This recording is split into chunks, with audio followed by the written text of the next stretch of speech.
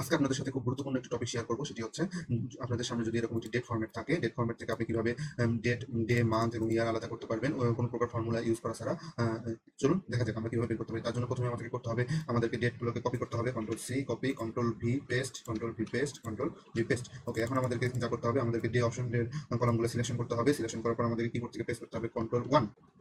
ওকে, control one press করার পর আমাদেরকে সিলেক্ট করতে হবে কাস্টম। কাস্টম থেকে আমাদেরকে এখানে লিখতে হবে ডে, চারটি ডি লিখবো এবং তারপর আমরা করবো ওকে।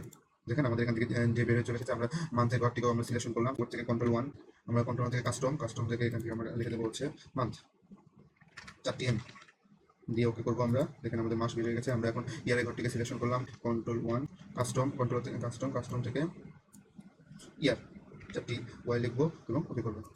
আপনারা দেখতে পেলেন আমি কোনো প্রকার ফর্মুলা ইউজ করা ছাড়াই খুব সহজে আমরা ডেট থেকে ডেট, মান্থ এবং ইয়ার আমরা বের করতে পারি। ওকে, ধন্যবাদ।